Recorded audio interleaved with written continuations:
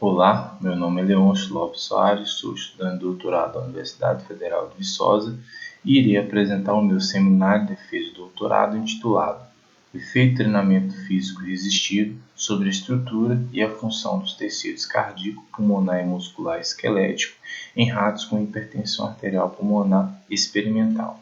Tenho como orientador o professor Dr. Antônio José Natália e como co-orientadoras as professoras doutora M. Corrina Carlos Reis e a professora doutora Mariana Machado Neves.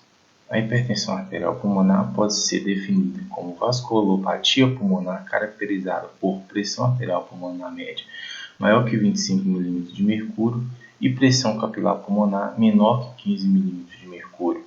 A prevalência da hipertensão arterial pulmonar gira em torno de 15 a 50 casos por milhão da população mundial. Atualmente, mais de 25 milhões de pessoas apresentam o diagnóstico de hipertensão arterial pulmonar. A incidência anual da hipertensão arterial pulmonar gira em torno de 2,4 a 7,1 casos por milhão. Quanto à fisiopatologia da hipertensão arterial pulmonar, essa é caracterizada pelo desbalanço entre fatores vasoconstritores e fatores vasodilatadores, onde há um aumento de fatores vasoconstritores e uma diminuição de fatores vasodilatadores. Esse desequilíbrio entre fatores vasoconstritores e fatores vasodilatadores, por sua vez, leva na artéria pulmonar uma vasoconstrição crônica seguida de proliferação na íntima, remodelação vascular, hipertrofia medial, trombose in situ e lesão plexiforme. Todas essas alterações observadas na artéria pulmonar, por sua vez, levam à obstrução vascular, que tem como consequência prejuízo no leito vascular pulmonar, gerando então a hipertrofia medial, proliferação na íntima e lesão plexiforme nas artérias e arteríolas pulmonares. Todas essas alterações, tanto na artéria pulmonar quanto no leito vascular pulmonar, levam ao aumento da resistência vascular pulmonar. Esse aumento da resistência vascular, por sua vez, sobrecarrega o ventrículo direito, diminuindo então o volume sistólico do ventrículo direito.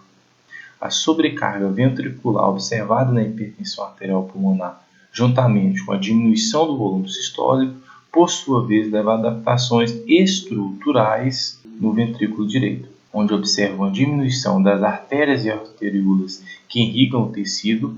Além disso, há um aumento da área de secção transversa dos cardiomiócitos, seguida de depósito de tecido fibroso. Essas adaptações estruturais, por sua vez, levam a adaptações celulares, onde observa-se prejuízos nas proteínas que regulam o cálcio intracelular, como diminuição dos receptores de ranitidina do tipo 2, diminuição de fosfolambã e diminuição na sensibilidade do miofilamento ao cálcio. Além disso, há prejuízos também nas proteínas de membrana celular, como aumento dos trocadores sódio e cálcio. Essas adaptações estruturais e celulares, por sua vez, levam então a prejuízo no acoplamento, excitação, contração dos cardiomiócitos. Todos esses prejuízos, tanto na artéria pulmonar quanto no ventrículo direito, gera uma diminuição da pré-carga no ventrículo esquerdo, diminuição do volume sistólico e, consequentemente, diminuição do débito cardíaco. Essas alterações, por sua vez, diminuem a quantidade de oxigênio que chega à periferia, gerando prejuízo na musculatura esquelética, como proteólise, atrofia muscular, mudança de subtipo de fibras, densidade capilar diminuída e diminuição da geração de força. Quanto aos modelos experimentais de hipertensão arterial pulmonar, o mais conhecido é aquele desenvolvido por monocrotalina. A monocrotalina, após aplicada nos modelos experimentais, desenvolve um remodelamento vascular e disfunção endotelial, seguido de aumento da resistência vascular pulmonar, hipertrofia do ventrículo direito e um remodelamento do ventrículo direito, seguido de falha ventricular direita e morte. Ou seja, a monocrotalina, com uma dose de 60 mg por quilograma de massa corporal, desenvolve a hipertensão arterial grave. Contudo, um novo modelo de hipertensão arterial pulmonar estável foi desenvolvido em 2018, ou seja, 2 doses de 40 mg por quilograma de massa corporal de monocrotalina, que mimetiza melhor, então, a hipertensão arterial pulmonar em humanos. Quanto às terapias para o tratamento da hipertensão arterial pulmonar, nós temos que o exercício físico aeróbico e o exercício intermitente têm efeitos benéficos para indivíduos com hipertensão arterial pulmonar, tanto em modelos experimentais quanto em seres humanos. Esses benefícios observados são traduzidos como melhora na qualidade de vida dos pacientes, melhora na função cardíaca, aumento da tolerância ao esforço físico, aumento da capacidade funcional e aumento da eficiência ventilatória. Contudo, o efeito do treinamento físico resistido para pacientes com hipertensão arterial pulmonar é pouco estudado e necessita de maiores esclarecimentos. Diante disso, apesar dos avanços do conhecimento nesse tema, os efeitos do exercício físico resistido sobre a estrutura e a função dos tecidos cardíaco, pulmonar e muscular esquelético que influenciam a estabilidade funcional dos ventrículos, a capacidade funcional e a sobrevivência permanecem a ser estudados em modelos de hipertensão arterial pulmonar.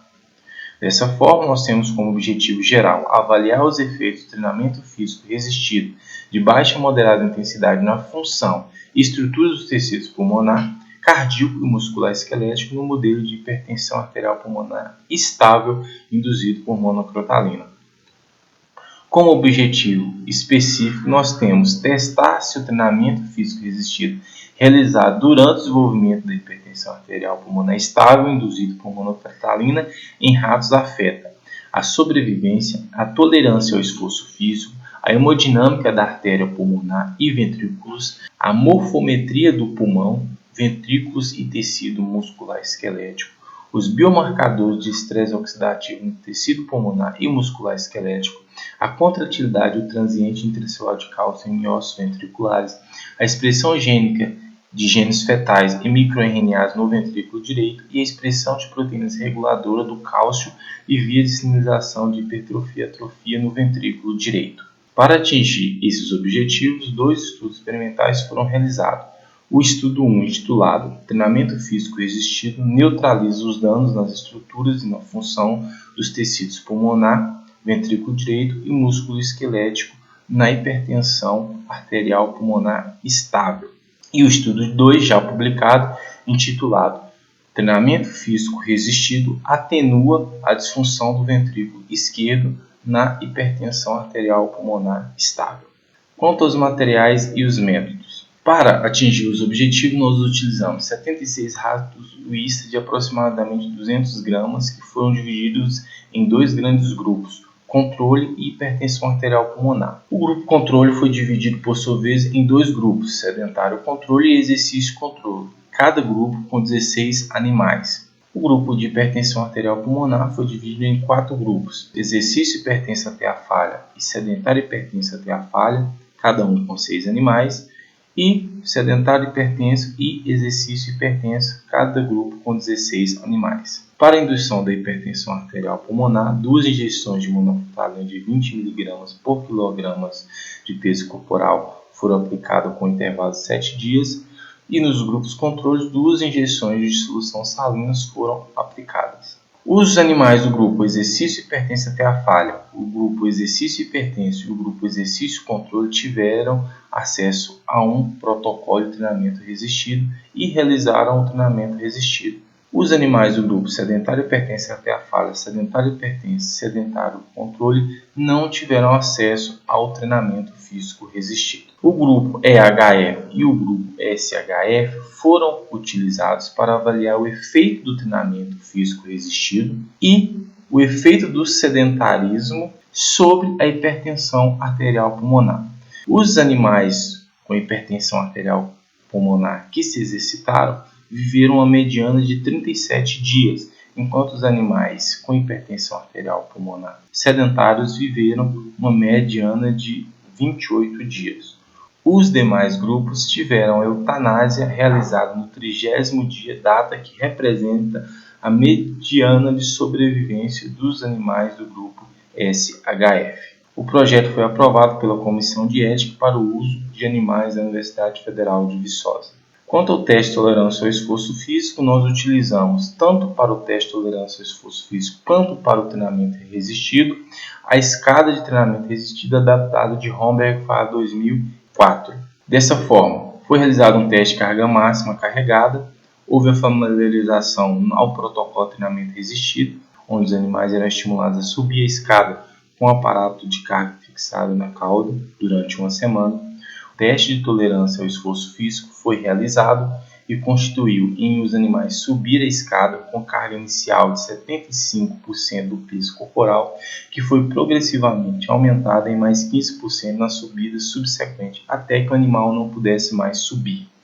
O teste foi realizado um dia antes da aplicação da monocrotalina e ou solução salina, no 14º, no 21º e 28º dia após a aplicação da primeira dose em todos os grupos experimentais. Quanto ao protocolo de treinamento resistido, os animais do grupo exercício controle, exercício pertence e exercício pertence até a falha foram submetidos a um programa de treinamento físico resistido. O treinamento físico resistido foi realizado 5 vezes por semana durante o período experimental até o dia anterior à eutanásia. A carga do treinamento resistido foi de 55% a 65% da carga máxima alcançada no teste de tolerância ao esforço físico. Cada sessão de treinamento constituiu em 15 subidas intercaladas com intervalo de 60 segundos. A carga de treino foi ajustada após o teste de carga máxima, ou seja, no 14º e no 21º dias. Quanto ao exame cardiográfico, esse foi realizado no 14º, no 21º e no 28º dia após a aplicação da primeira dose de monocrotalina ou solução salina. Os animais foram imobilizados por anestesia. Estudos bidimensionais em modo M foram realizados utilizando o sistema de ultrassom. O fluxo sanguíneo na artéria pulmonar foi obtido e o tempo de aceleração, tempo de ejeção foram avaliados. Posteriormente, a razão, tempo de aceleração, tempo de ejeção foi calculada para a estimativa da resistência na artéria pulmonar. A função do ventrículo direito foi estimada pela TAPS e a função do ventrículo esquerdo foi determinada pela fração de ejeção e encurtamento. Quanto à coleta de amostra, os animais do grupo exercício pertence até a falha e sedentário pertence até a falha apresentaram sinais clínicos de falha cardíaca, ou seja, perda de 10 gramas ou mais, dispneia, piloereção e morreram. Os animais dos grupos sedentário controle, sedentário pertence, exercício controle e exercício pertence foram sacrificados por decapitação no 30º dia após a primeira injeção de monocrotalina, data que representa a mediana de sobrevivência dos animais do grupo sedentário pertence até a falha. Após a eutanásia, o coração, o pulmão, o bíceps foram dissecados, pesados e processados para análise de interesse. Quanto às análises histológicas e a morfometria dos ventrículos, amostras do VD e VE foram fixadas em paraformaldeído 4% e glutaraldeído 4%, desidratado de etanol, clarificado em xilol e bebidos em parafina. Os blocos foram seccionados transversalmente em corte histológico de 5 micrômetros, montados em lâminas de histologia e corados com imatoxilina e iosina, Sirius Red, tricômio de Masson. Imagens foram capturadas usando o microscópio de luz conectado a uma câmera digital. A área de secção transversa dos cardiomiócitos, a porcentagem de cardiomiócitos de matriz extracelular, de fibras de colágeno e fibrose no ventrículo direito e ventrículo esquerdo foram avaliados em 12 imagens aleatórias para cada animal. Quanto às enzimas antioxidantes e marcadores de estresse oxidativo, amostras congeladas de bíceps braquial e pulmão, aproximadamente 100 mg, foram homogeneizadas em solução tampão fosfato pH 7,4 e centrifugadas por 10 minutos a 4 graus Celsius. O sobrenadante foi usado para determinar a atividade de enzimas antioxidantes, como superóxido dismutase, catalase, glutationa S-transferase e metabólitos oxidativos, incluindo óxido nitro, malondialdeído, conforme descrito anteriormente. As análises foram realizadas em leitor de microplacas ELISA ou espectrofotômetro. Quanto à expressão de microRNA e RNA mensageiro, a expressão gênica de fator natriurético atrial, alfa-actina esquelética, alfa e beta-miosina de cadeia pesada e microRNAs 1 e 214 foram analisadas em PCR em tempo real. As amostras congeladas do ventrículo direito, 100 mg, foram homogeneizadas em trisol e o RNA foi isolado. A concentração de RNA total foi quantificada e sua integridade verificada. A sequência do DNA foi obtida. Para a quantificação dos microRNAs, o cDNA foi sintetizado a partir do RNA total, utilizando primers específicos de microRNA1 e 214 de acordo com o protocolo do fabricante. Os resultados foram expressos como percentual de controle. Quanto à expressão de proteínas, a AKT fosforilada, a mTOR fosforilada, FOX3A, BCL-XL, fosfolamban fosforilada, SERP2A TPase e NCX1 foram determinados usando o Western blot. Fragmentos do VD foram homogeneizados em solução tampão. Amostras foram submetidas em gel de poliquiramida 8 a 10% e transferido para a membrana de nitrocelulose. Membranas foram incubadas em tampão de bloqueio por 2 horas a temperatura ambiente, incubados com anticorpos específicos overnight a 4 graus Celsius. A detecção das proteínas marcadas foi realizada usando um sistema de imagens, as bandas foram analisadas e os resultados expressos como percentual do controle. Quanto aos isolamentos cardiomiócitos, após removido, o coração foi canulado via aorta no sistema Langendorf adaptado e perfundido com solução de isolamento para remoção do sangue. A perfusão seguiu com solução de isolamento contendo GTA, com solução de isolamento contendo protease e colagenase. O VD e o VE foram separados e cortados em pequenos fragmentos. As células foram separadas por dispersão mecânica. As células dispersadas foram separadas do tecido não disperso por filtração, centrifugação e ressuspendida em solução de isolamento. Todos os procedimentos foram realizados em temperatura de 37 graus Celsius. Quanto à mensuração da contratilidade celular, utilizou-se a técnica de alteração do comprimento por meio de um sistema de detecção de bordas acoplado a um microscópio invertido. As células foram banhadas a uma solução tampão EPS contendo 1,8 de cálcio em temperatura de 37 graus e estimuladas eletricamente nas frequências de 1, 3, 5 e 7 Hz. Os sinais foram obtidos por meio de software específico, sendo analisado a amplitude de contração, a velocidade para o pico de contração e a velocidade para o relaxamento. Quanto à mensuração do cálcio intracelular transiente, os cardiomiócitos isolados foram incubados com o indicador fluorescente a cálcio FURA2A. O transiente cálcio foi medido utilizando-se um sistema de excitação dupla de luz UV, cuja fluorescência é quantificada por software específico. As células foram banhadas com solução tampão, contendo 1,8 de cálcio em temperatura de 37 graus Celsius e estimuladas eletricamente nas frequências de 1, 3, 5 e 7 Hz. Os sinais foram obtidos por meio de software específico, sendo analisada a amplitude do transiente de cálcio, o tempo para o pico do transiente de cálcio e o tempo para o decaimento do transiente de cálcio. Quanto às análises estatísticas do artigo 1, foi realizado o teste de normalidade Shapiro-Wilk. A sobrevivência foi realizada através da curva de Kaplan-Meier seguida pelo teste log-rank. As variáveis de exercício físico, peso corporal, tempo de aceleração, tempo de injeção, TAPS. Utilizou-se a nova Two-Way para medidas repetidas seguindo pós-hoc de Tukey. Pesos de órgãos e parâmetros celulares. Utilizou-se a nova Two-Way seguida pelo teste pós-hoc de Tukey. A proporção de achatamento cérebro intraventricular pelo teste Q quadrado. Os dados são apresentados como média, mais ou menos erro padrão. P menor que 0,05 foi considerado para diferença estatisticamente significante. Todas as análises foram realizadas utilizando o GraphPad Prisma. Quanto às análises estatísticas do artigo 2, o teste de normalidade utilizado foi o teste Shapiro-Wilk. A sobrevivência utilizou também-se a curva de Kaplan-Meier pelo teste log-rank. A carga máxima carregada utilizou-se a nova One-Way para medidas repetidas seguidas pelo pós-hoc de Tukey. Peso corporal, função do ventrículo esquerdo, peso dos órgãos e os parâmetros celulares, utilizou-se a nova One-Way seguida pelo teste pós-hoc de Tukey, ou cruz Cauali seguido pelo teste pós-hoc de Duns. A proporção de achatamento certo intraventricular pelo teste Q quadrado. Os dados são apresentados como média mais ou menos desvio padrão. P menor que 0,05 foi considerado para diferenças estatisticamente significantes. Todas as análises foram realizadas usando o GraphPad Prisma. Quanto aos resultados e a discussão, iremos mostrar os resultados do estudo 1. A figura 1. O painel A apresenta a carga relativa carregada ao longo do experimento, ou seja, antes da aplicação da monocrotalina, no 14º dia, no 21º e 28º dia após a aplicação da monocrotalina. observou-se que animais que se exercitaram apresentaram maior carga máxima em comparação aos animais sedentários no 14º, no 21º e 28º dia. Além disso, observou-se que no 28º dia, animais do grupo sedentário hipertenso apresentaram menor carga máxima carregada em comparação aos demais grupos. No painel B está representada a área de secção transversa do bíceps braquial. Observou-se que animais que se exercitaram apresentaram maior área de secção transversa em comparação aos seus controles.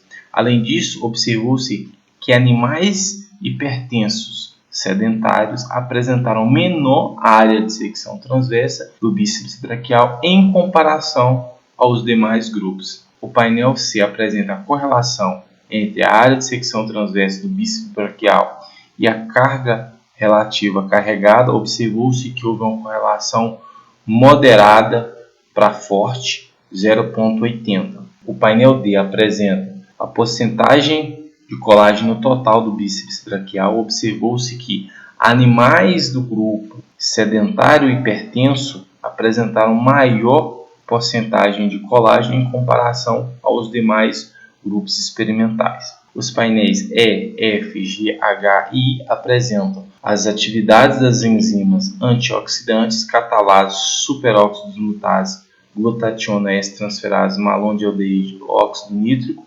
Observou-se que não houve diferença entre os grupos para a catalase. Contudo, quando avaliamos a superóxido dismutase, animais do grupo sedentário hipertenso apresentaram menores valores em comparação aos grupos controles, e os animais do grupo exercício hipertenso apresentaram valores intermediários entre o grupo sedentário hipertenso e os grupos controles. Quanto à glutationa S transferase, observou-se que animais do grupo sedentário hipertenso apresentou menor quantidade em comparação ao grupo sedentário controle. Não houve diferenças entre os grupos para malondialdeído. Quanto ao óxido nítrico, animais do grupo sedentário hipertenso apresentou menores valores de óxido nítrico em comparação ao grupo exercício controle e o grupo sedentário controle, sendo que animal exercício hipertenso apresentou valores intermediários entre o grupo sedentário hipertenso e os grupos controles. Nossos dados mostraram que houve aumento na carga relativa, aumento na área de secção transversa e prevenção do aumento de espécies reativas de oxigênio. Nós sabemos que o treinamento físico resistido é comumente prescrito para hipertrofia do músculo esquelético e desenvolvimento de força, porque ele ativa a via de hipertrofia cardíaca, IGF-1, PI, 3K, KTM, TO, e inibe a via de degradação proteica, modulada pela FOX. Por outro lado, a hipertensão arterial pulmonar ativa a angiotensina 2, que por sua vez inibe a KT e vai, de forma indireta, estimular FOXO, que gera então uma degradação proteica. Além disso, FOX está relacionada ao aumento do estresse oxidativo. Esses resultados sugerem um efeito benéfico do treinamento resistido na prevenção do estresse oxidativo e da perda de massa muscular. A figura 2 apresenta a resistência na artéria pulmonar e a função cardíaca. Os painéis A, B e C são imagens representativas do fluxo na artéria pulmonar, da função do ventrículo direito e da função do ventrículo esquerdo. O painel D apresenta razão, tempo de aceleração, tempo de ejeção. Observou-se que animais com hipertensão arterial pulmonar, a partir do 21º dia, apresentaram menor razão, tempo de aceleração, tempo de ejeção em comparação aos controles, mostrando aí então um aumento na resistência na artéria pulmonar. O painel E apresenta a função do ventrículo direito. Observou-se que a partir do 21º dia, animais do grupo sedentário hipertenso apresentaram menor função ventricular direita em comparação aos demais grupos, e o exercício foi capaz de reverter esse prejuízo durante todo o período experimental, uma vez que os animais do grupo com hipertensão arterial pulmonar que se exercitaram não se diferenciam dos grupos sedentário controle e exercício controle. O painel F apresenta a fração de ejeção do ventrículo esquerdo. Observou-se que apenas os animais do grupo exercício controle apresentaram maior fração de ejeção no 21º dia e 28º dia em comparação ao grupo sedentário hipertenso. O painel G apresenta a fração de encurtamento. Observou-se um efeito do exercício nos animais do grupo exercício controle a partir do 21º dia, onde animais que se exercitaram do grupo controle apresentaram maiores valores de fração de encurtamento em comparação aos demais grupos experimentais. O painel H apresenta o volume sistólico. Observou-se também um efeito do exercício no grupo exercício controle no 21º dia e 28º dia, sendo que esse volume sistólico foi maior no grupo exercício controle.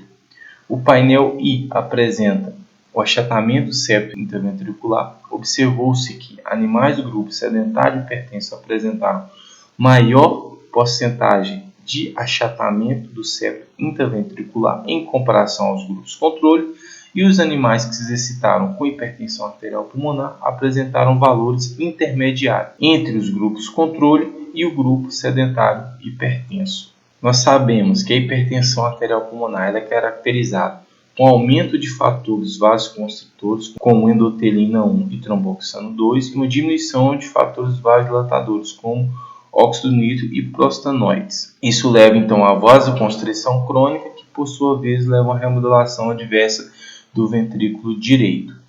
O exercício físico, por sua vez, diminui a resistência vascular pulmonar e restabelece o tempo de aceleração, o tempo de ejeção. Isso pode ocorrer devido ao aumento do estresse pós-oxigenamento, que vai favorecer a liberação e síntese de óxido nítrico e vai levar à vasodilatação. De fato, observou-se no remodelamento e estresse oxidativo que animais com hipertensão arterial pulmonar, sedentários, painel A, apresentou menor porcentagem de alvéolos em comparação aos grupos controles, e os animais com hipertensão arterial pulmonar que se exercitaram apresentaram valores intermediários. Além disso, animais do grupo sedentário hipertenso apresentaram maior proporção de alvéolos colapsados em comparação aos demais grupos. Quanto ao estresse oxidativo, observou-se que animais do grupo sedentário hipertenso apresentaram menores valores de catalase em comparação aos grupos controles, e os animais do grupo exercício hipertenso apresentaram valores intermediários. Da mesma forma, animais do grupo sedentário hipertenso apresentaram menor porcentagem de superóxido dismutase em comparação aos grupos controles, e os animais do grupo exercício hipertenso apresentaram valores intermediários. Para glutationase transferase, animais do grupo sedentário hipertenso apresentaram menor quantidade em comparação ao grupo controle. Quanto ao malondialdeído, os animais do grupo sedentário hipertenso apresentaram maior porcentagem em comparação aos grupos sedentários controle e exercício controle, e os animais do grupo exercício hipertenso apresentaram valores intermediários. Da mesma forma, para o óxido nítrico, animais do grupo sedentário hipertenso apresentaram menor quantidade de óxido nítrico em comparação aos grupos controles, enquanto os animais do grupo exercício hipertenso apresentaram valores intermediários. Quanto ao peso corporal, peso do coração, peso dos ventrículos e suas razões, observou-se que animais do grupo sedentário hipertenso e do grupo exercício hipertenso apresentaram menor massa corporal final, menor variação de massa corporal e menor peso de ventrículo esquerdo. Por outro lado, animais do grupo sedentário hipertenso e exercício hipertenso apresentaram maior valor de coração, maior valor de ventrículo direito, maior valor de átrio e maior valor de índice de Fulton. Quanto ao remodelamento do ventrículo direito, painéis A, B e C são imagens representativas de fotomicrografias coradas com hematoxilina e eosina, Sirius Red e tricômio de Masson. O painel D apresenta porcentagem de miócitos. Observou-se que animais com hipertensão apresentaram menor porcentagem de miócitos em comparação ao grupo sedentário controle. O painel E apresenta a porcentagem de matriz extracelular, observou-se que em animais do grupo sedentário e hipertenso apresentaram maior porcentagem de matriz extracelular em comparação ao grupo sedentário controle. O painel F apresenta a porcentagem de vaso sanguíneo, não houve diferença entre os grupos. O painel G apresenta a área de secção transversa dos cardiomiócitos. Observou-se que animais com hipertensão arterial pulmonar apresentaram maior área de secção transversa em comparação ao grupo controle. Contudo, animais do grupo exercício hipertenso apresentaram menor área de secção transversa em comparação ao grupo sedentário hipertenso.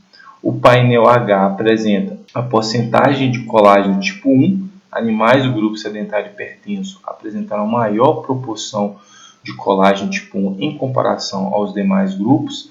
O painel I apresenta a porcentagem de colágeno tipo 3. Observou-se que animais com hipertensão arterial pulmonar sedentários apresentaram menor proporção de colágeno tipo 3 em comparação aos demais grupos.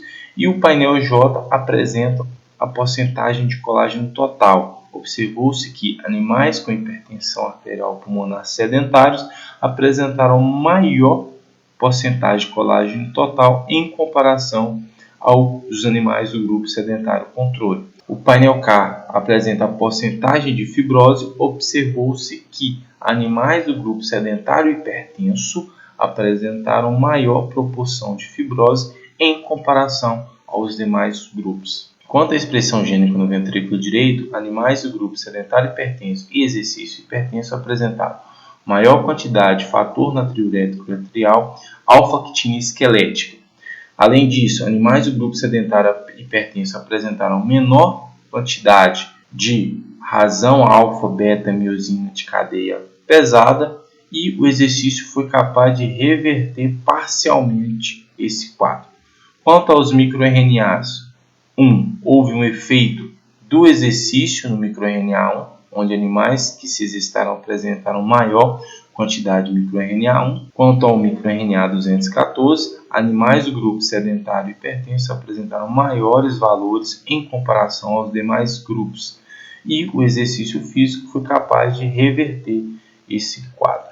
Quanto à expressão de proteínas do ventrículo direito, o painel A apresenta a porcentagem de AKT. Observou-se que animais com hipertensão arterial pulmonar sedentários apresentaram menor proporção de AKT em comparação aos animais que se exercitaram. Quanto à AKT fosforilada, observou-se que animais do grupo sedentário hipertenso apresentou menor porcentagem em comparação aos animais do grupo exercício controle. Da mesma forma, aconteceu para a mTOR, onde os animais do grupo sedentário hipertenso apresentaram menor porcentagem em comparação ao grupo exercício controle.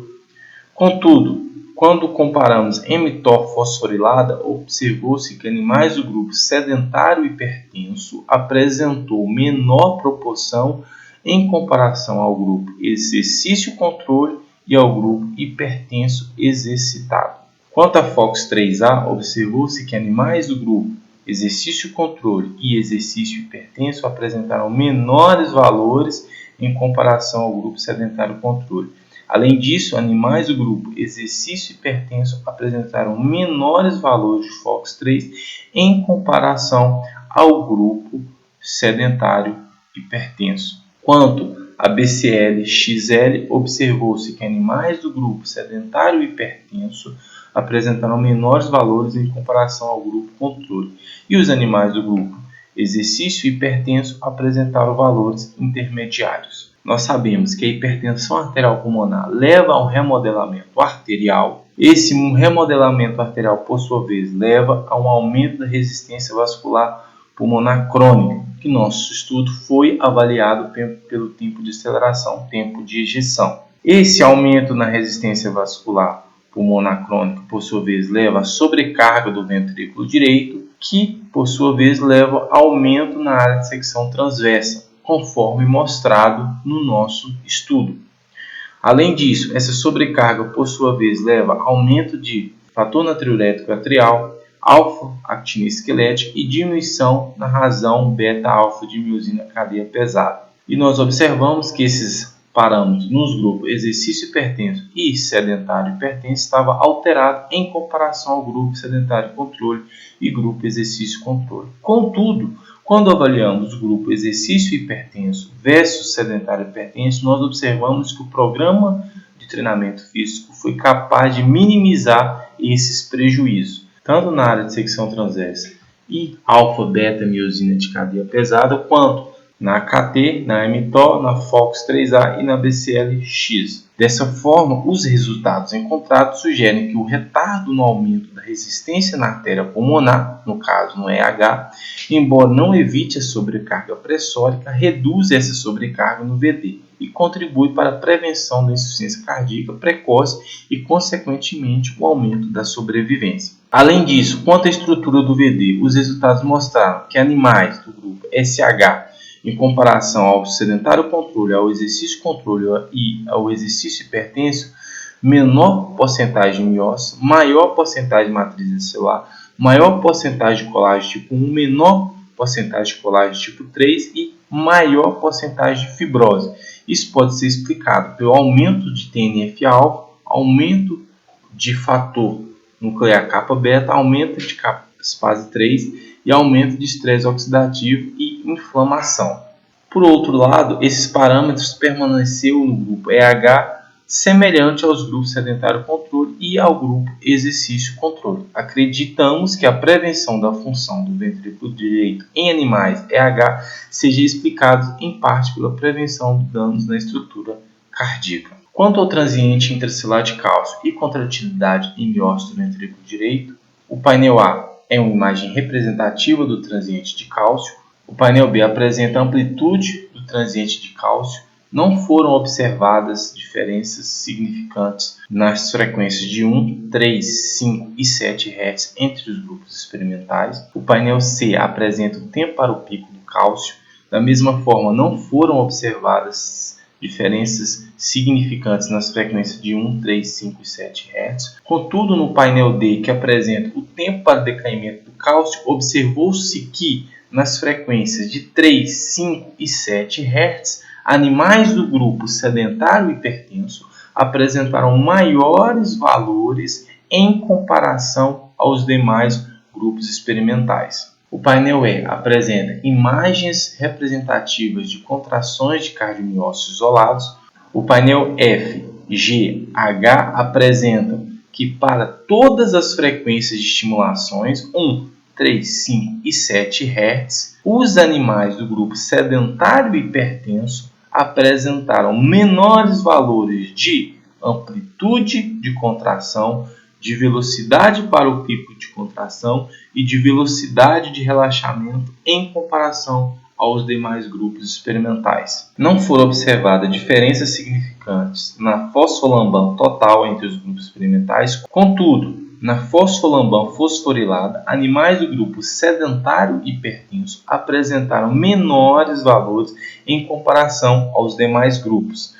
Quanto à porcentagem de SERCO2A, não houve diferença significante entre os grupos experimentais. Da mesma forma, para NCX1, também não houve diferença entre os grupos experimentais. Nós observamos que no grupo sedentário hipertenso houve aumento para o tempo para o pico de decaimento do cálcio, diminuição na amplitude de contração, que pode estar relacionada à diminuição na sensibilidade do filamento ao cálcio e diminuição na concentração intracelular de cálcio, diminuição da velocidade para o pico de contração, que pode estar relacionada à diminuição do conteúdo do cálcio do retículo sarcoplasmático e a diminuição na razão alfa-beta-miosina de cadeia pesada, e diminuição na velocidade para o relaxamento, que pode estar relacionado ao aumento no tempo para o decaimento do cálcio e uma diminuição da atividade e expressão de fosfolamban. Por outro lado, o treinamento físico resistido foi capaz de prevenir prejuízo na amplitude de contração, que pode estar relacionado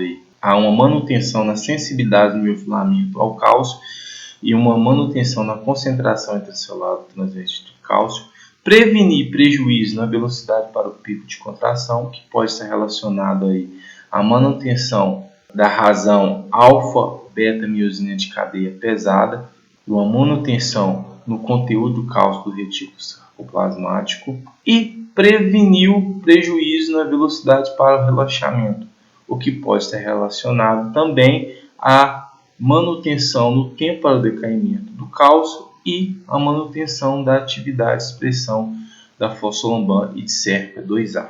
Em conclusão, nós mostramos que o treinamento físico resistido de baixa a moderada intensidade adia o aumento da resistência na artéria pulmonar, previne o remodelamento do ventrículo direito e a disfunção contrátil dos cardiomiócitos, adiando assim o início da insuficiência cardíaca. Acreditamos que tais resultados são de relevância clínica à medida em que sugere que esse tipo de treinamento físico pode contribuir positivamente para a saúde e sobrevivência de indivíduos com hipertensão arterial pulmonar. Quanto aos resultados do estudo 2, a figura 1 mostra o efeito do treinamento resistido na sobrevivência e tolerância ao esforço físico. O painel A apresenta a carga máxima carregada dos animais do grupo EHF ao longo do período experimental.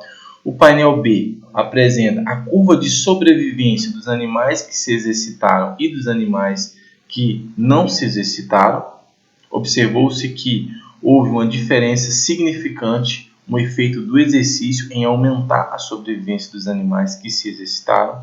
O painel C apresenta a carga máxima carregada dos animais do grupo sedentário controle, sedentário hipertenso e exercício hipertenso, avaliada antes da aplicação da monocrotaline, do 14º dia, no 21º e 28º.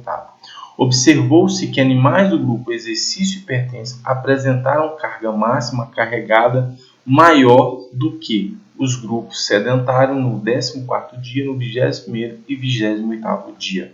Observou-se no nosso estudo que animais que se exercitaram aumentaram o peso corporal e aumentou a carga máxima carregada.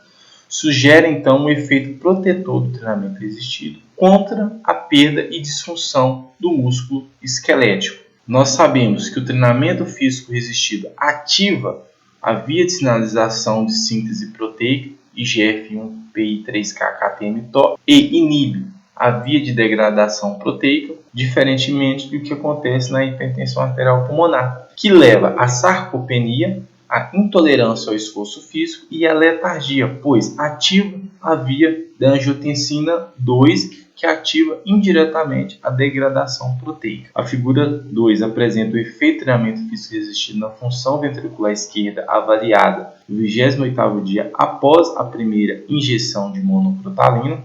O painel A são imagens representativas da função do ventrículo esquerdo. O painel B apresenta a fração de ejeção do ventrículo esquerdo. Observou-se que não houve diferenças significante entre os grupos experimentais, contudo, 42,86% dos animais do grupo sedentário hipertenso apresentaram fração de ejeção prejudicada. Da mesma forma, quando avaliamos a fração de encurtamento no painel C, embora não tenhamos observado diferença estatisticamente significante entre os grupos experimentais, 28,57% dos animais do grupo sedentário hipertenso apresentaram fração de encurtamento prejudicada, enquanto 14,28% dos animais do grupo exercício hipertenso apresentaram fração de encurtamento prejudicada.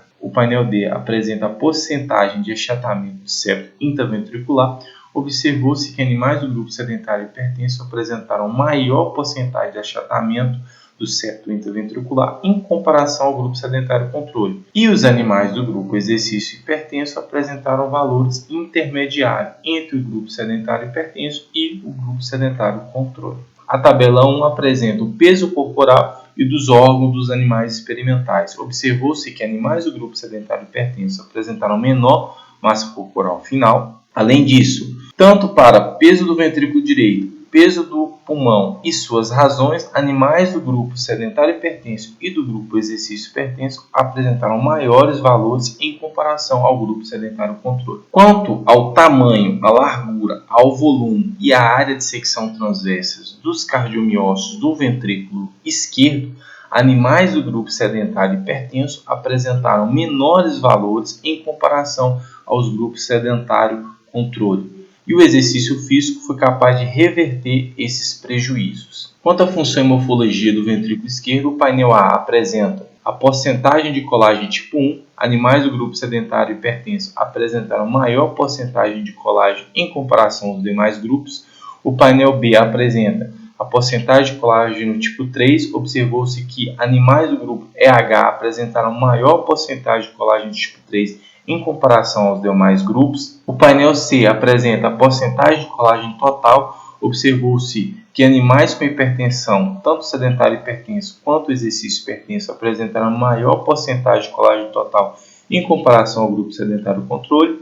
E o painel D apresenta a porcentagem de fibrose cardíaca. Observou-se que animais do grupo sedentário hipertenso apresentou maior porcentagem de fibrose cardíaca em comparação ao grupo sedentário controle e em comparação ao grupo exercício hipertenso. A imagem E e F são imagens representativas das lâminas histológicas. Nossos resultados mostraram que a hipertensão arterial pulmonar diminuiu a função do ventrículo esquerdo, aumentou a porcentagem de colágeno tipo 1 e fibrose cardíaca, o que esteve relacionado à atrofia dos cardiomiócitos, uma vez que diminuiu a área de secção transversa, o comprimento, a largura e o volume dos cardiomiócitos. Por outro lado, o treinamento físico resistido foi capaz de manter a função do ventrículo esquerdo, aumentar o colágeno tipo 3 e prevenir aumento da fibrose cardíaca, o que retardou a atrofia dos cardiomiócitos, uma vez que houve manutenção na área de secção transversa, comprimento, largura e volume dos cardiomiócitos do ventrículo esquerdo. Estudos anteriores focando o efeito treinamento resistido sobre a função do ventrículo esquerdo mostrou melhoras nessa função, uma vez que esse tipo de exercício ativa a via PI3K-AKT-mTOR, que esteve relacionado ao remodelamento cardíaco fisiológico, prevenindo o aumento do colágeno intersticial e melhorando a contração e o relaxamento dos cardiomiócitos via aumentos de cerca 2A. Quanto à função contrátil dos cardiomiócitos, observou-se que animais do grupo sedentário hipertenso apresentaram menor amplitude de contração, menor velocidade para o pico de contração e menor velocidade de relaxamento em comparação ao grupo sedentário controle. Por outro lado, o treinamento físico resistido no grupo exercício hipertenso foi capaz de prevenir esses prejuízos impostos pela hipertensão arterial pulmonar. Nós observamos que houve uma diminuição na amplitude de contração, que pode estar relacionada à diminuição na acessibilidade do miofilamento ao cálcio, e uma diminuição na concentração intracelular de cálcio. Houve uma diminuição na velocidade para o pico de contração, que pode estar relacionada a um aumento do tempo para o pico do cálcio, diminuição na atividade e expressão dos receptores de ranodina e diminuição no conteúdo de cálcio do retículo sarcoplasmático. Além disso, houve uma diminuição na velocidade para o relaxamento, o que pode estar relacionado a um aumento no tempo para o decaimento do cálcio e uma diminuição na atividade e expressão de fosfolamban e cerca 2A. Por outro lado, o treinamento físico resistido foi capaz de prevenir prejuízo na amplitude de contração, o que pode estar relacionado à manutenção na sensibilidade do miofilamento ao cálcio e a manutenção na concentração intracelular de cálcio. Foi capaz de prevenir prejuízos na velocidade para o pico de contração, o que pode estar relacionado aí à manutenção no tempo para o pico de cálcio, manutenção na atividade e expressão de ranodina e manutenção no conteúdo de cálcio do retículo sarcoplasmático e prevenir prejuízos na velocidade para o relaxamento, o que pode estar relacionado, por sua vez, à manutenção do tempo para o decaimento do cálcio e manutenção na atividade e expressão da fosfolamban e cerca 2A. Em conclusão, os resultados do estudo 2 mostram que, junto com o aumento da sobrevivência e da tolerância ao esforço físico, o exercício resistido atenua o desenvolvimento de disfunção do ventrículo esquerdo no modelo de hipertensão arterial pulmonar. Portanto, o treinamento físico resistido de baixa a moderada intensidade é benéfico para as funções contráteis do ventrículo esquerdo e dos miócitos nesse modelo. Esses resultados são de relevância clínica, pois apoiam os benefícios do exercício resistido para indivíduos com doenças cardiopulmonares, incluindo hipertensão arterial pulmonar. Como considerações finais, Os resultados revelam que o treinamento resistido à intensidade baixa a moderada durante o desenvolvimento da hipertensão arterial pulmonar estável induzida por monocrotalina, a nível sistêmico, retarda o aumento da resistência da artéria pulmonar, previne disfunções ventriculares e remodelamentos adversos nos tecidos pulmonares, cardíacos e musculoesqueléticos, o que contribui para o aumento da tolerância ao esforço físico e sobrevivência. A nível celular, retarda as deteriorações na função contrátil dos miócitos isolados ventriculares e, a nível molecular, retarda alterações na expressão de genes e proteínas de marcadores de dano cardíaco, reguladores do ciclo do cálcio e do ciclo celular.